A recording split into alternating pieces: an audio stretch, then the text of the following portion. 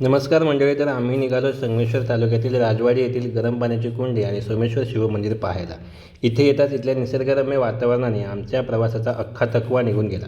कोकणात अशी एकूण 18 कुंड्या आहेत, त्यापैकी हे एक. पृथ्वीच्या पोटातील घडणाऱ्या नैसर्गिक प्रक्रियामुळे हा चमत्कार आपल्याला पाहायला मिळतो. भूपृष्ठावरील झिरपणारे पाणी शिलारसाच्या सान्निध्यात येताच ते तापते आणि प्रसरण पावते व ते भूपृष्ठाकडे ढकलले जाते आणि उन्हेरीच्या रूपाने बाहेर पडते. यालाच इंग्रजीमध्ये हॉट स्प्रिंग किंवा थर्मल स्प्रिंग असेही म्हणतात. अशा पाण्यात स्नान केल्याने त्वचारोग बरे होतात. आपल्याला माहीत आहे की गरम पाण्यामध्ये वनस्पती उगत नाही, परंतु इथे आपल्याला शेवाळ दिसून येते. हे पाणी इतके गरम आहे की यात 1 मिनिटापेक्षा जास्त वेळ आपण हात टाकून ठेवू शकत नाही.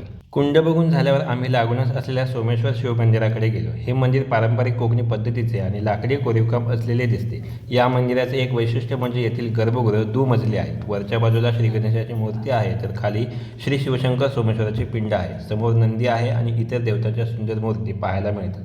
सभागृहामध्ये लाकडी तोड्या आणि त्यावरील नक्षीकाम आकर्षित करते. लाकडी कमानीवर आपल्याला 5 तोंडाची गाय, गंडबेरुंड, हत्ती वाघाशी लढणारे योद्धा, उंट, दौडणारा घोडेस्वार, 8 मोराचे अष्टमंडळ अशी अनेकाविध कलाकृती बघायला मिळते. मंदिरासमोर एक भव्य दिव्य साधारण 20 ते 22 फूट उंचीची दीपमाळ लक्ष वेधून घेते. मंदिराची तटबंदी जांभ्या दगडाने बंदिस्त असून येथील परिसर मनमोहक आणि खिळवून ठेवणारा आहे. संगमेश्वरातील या सुंदर ठिकाणांना एकदा तरी अवश्य भेट द्या.